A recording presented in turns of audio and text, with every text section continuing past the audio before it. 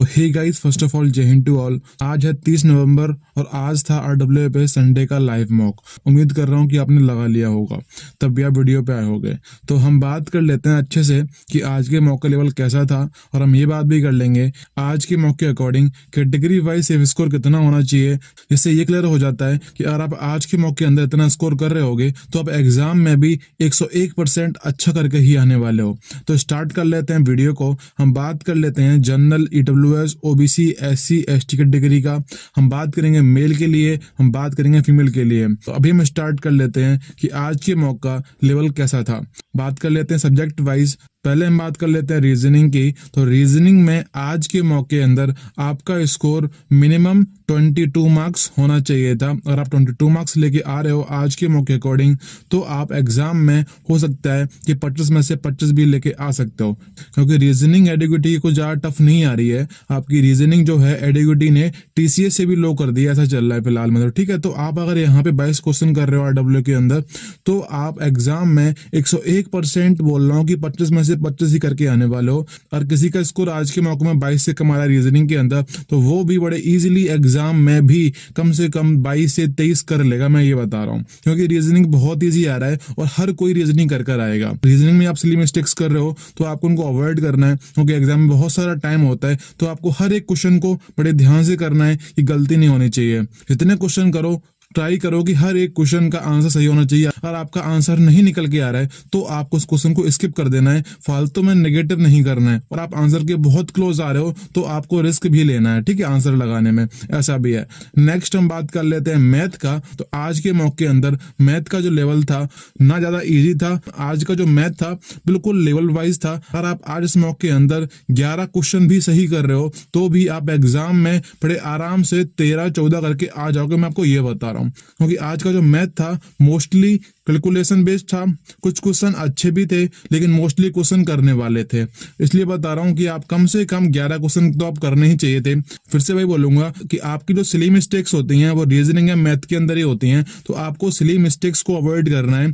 अगर आपके एग्जाम में टाइम बहुत कम देते तो मान लेता हूँ कि हाँ सिली मिस्टेक्स हो सकती हैं जल्दी के चक्कर में, बट आपके एग्जाम में मिलता है 1.5 घंटा, जो कि सफिशियंट होता है कि आप हर एक क्वेश्चन को बहुत ही ध्यान से कर सकते हो। आपको इतना टाइम दिया जाता है एग्जाम के अंदर। नेक्स्ट हम बात कर लेते हैं जीके का। तो आज के जीके के अंदर अगर आपने बेसिक भी पढ़ रखा है तो भी आज आप कम से कम 18 से 19 क्वेश्चन सही कर लेते, बता रहा हूँ। जिसने बेसिक पढ़ रखा है उसके लिए बता रहा हूँ। जिसने थोड़ा डीप पढ़ रखा है वो आज के मौके अंदर मिनिमम 23-24 तो कर ही सकता था। मैं नहीं बोल रहा कि 30 कर लो, बट स्टिल 23-24 करने वाले थे। और आपने डीप पढ़ रखा है तो आपने बिल्कुल बेसिक पढ़ा है तो भी आप 18-19 तो कर ही लेते आज के जीके के अकॉर्डिंग। अब हम बात करें नेक्स्ट आपका जो होने वाला है कंप्यूटर। तो कंप्यूटर के लेवल के अकॉर्डिंग आज के मौके अंदर आपको मिनिमम 7 क्वेश्चन सही करने चाहिए थे।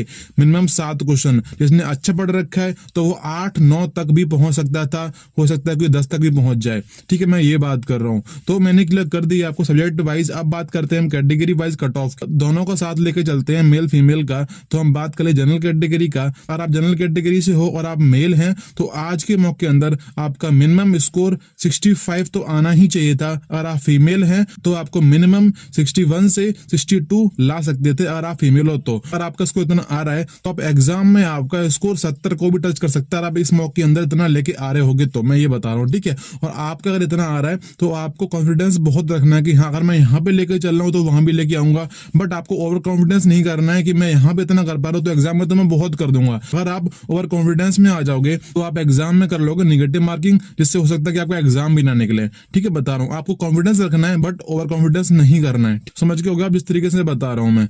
बात करें EWS और OBC कैटेगरी के लिए, दोनों का साथ लेके चलते हैं क्योंकि पता है आपको कंपटीशन बहुत अच्छा है दोनों ही कैटेगरीज के अंदर। तो मोस्टली कट ऑफ जो रहेगी वो आपकी OBC की ज्यादा रहेगी इन कंपैरिजन टू EWS, क्योंकि OBC के जो फॉर्म होते हैं वो जनरल से भी ज्यादा हो जाते हैं। इसलिए हो सकता है कट ऑफ जो आपकी रहेगी OBC और जनरल की हो सकता है कि सेम लगा दी जाए, या फिर फर्क अगर रहेगा तो 1 या 2 मार्क्स का फर्क रहने वाला है आपका। तो अगर मैंने जनरल कैटेगरी की बताई है 65 मार्क्स, तो आप अगर OBC और EWS से हो तो भी आपको मिनिमम 63 से 64 नंबर लाने पड़ेंगे आज के मौके अंदर, तभी आप अपने आप को सेफ मान सकते हो।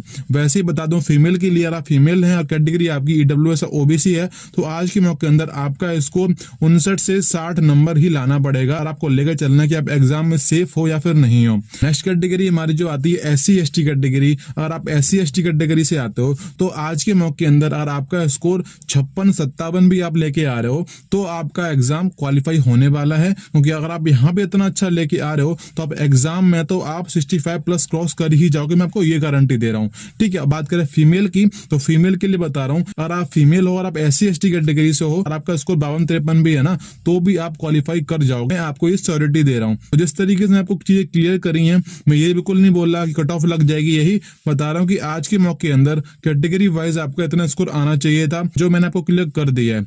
तो उम्मीद कर रहा हूँ कि आपको वीडियो पसंद आया होगा। अगर पसंद आया तो प्लीज वीडियो को लाइक कर देना और चैनल पे अगर नए आए हो तो चैनल को सब्सक्राइब कर लेना। मैं ऐसे ही हर संडे को मैं रिव्यू लेके आता हूँ मॉक का। अगर हम बात करें ओवरऑल मॉक की तो आज का जो मॉक था मैं बता रहा हूँ ना ज्यादा टफ था ना ज्यादा इजी था। आज को जो मॉक था बिल्कुल लेवल पे रखा गया था। अगर आप इस मॉक के अंदर जितना मैंने आपको बताया इतना आप लेके आ रहे होगे तो आप एग्जाम में 101% बहुत अच्छा करने जा रहे हो। और बता देता हूँ आपका फिजिकल भी फरवरी में स्टार्ट होने वाला है। अगर आप इस मॉक में इतना लेके आ रहे हो तो आपको फिजिकल के लिए बहुत अच्छे से एफर्ट्स मारने हैं, क्योंकि अगर आप एग्जाम में अच्छा कर जाओगे हो सकता है कि आप फिजिकल में डिस्क्वालीफाई हो जाए अगर आप तैयारी ना करो, क्योंकि 90% ऑडियंस ऐसी होती है दिल्ली पुलिस के अंदर जो एग्जाम क्वालिफाई कर लेती है बट वो फिजिकल में डिस्क्वालीफाई हो जाती है, बिकॉज टाइम बहुत कम मिलता है और क्राइटेरिया अच्छा मांगा जाता है फिजिकल के अंदर। मैं बता रहा हूँ अगर आप इतना लेके आ रहे हो आज के मॉक के अंदर तो आपको आज से ही फिजिकल में लग जाना है। आपका फिजिकल 1,00,000% श्योर है कि आपका फिजिकल फरवरी में स्टार्ट हो जाएगा। आपको बात माननी है तो मान सकते हो, आपका सिलेक्शन भी हो जाएगा फाइनल। आप फिजिकल लेकर चलोगे तो आपको मेरी बात नहीं माननी है फिर आगे वो आपकी चॉइस है। ठीक है, तो फिजिकल आज से स्टार्ट कर दो। और आप इतना स्कोर लेके आ रहे हो, जिसका स्कोर इससे भी डाउन जा रहा है तो कोई टेंशन नहीं लेनी। आपको देखना है कि कैटेगरी कौन सी है। अगर आप SC/ST कैटेगरी से आते हो तो अगर आपका स्कोर 50 को भी टच कर रहा है तो भी आपको अपने पूरे एफर्ट्स मारने हैं, आपका एग्जाम क्वालिफाई हो जाएगा। ठीक है, और आपकी कैटेगरी अगर जनरल, EWS और OBC से आप आते हो तो आपका एवरेज स्कोर 60 पर पहुंच रहा है तो भी आपको अपना बेस्ट एफर्ट्स मारने हैं। तो इस वीडियो में इतना ही था। आपको अगर वीडियो पसंद आए तो प्लीज वीडियो को लाइक कर देना। अब हम मिलेंगे नेक्स्ट संडे को, जब तक के लिए जय हिंद।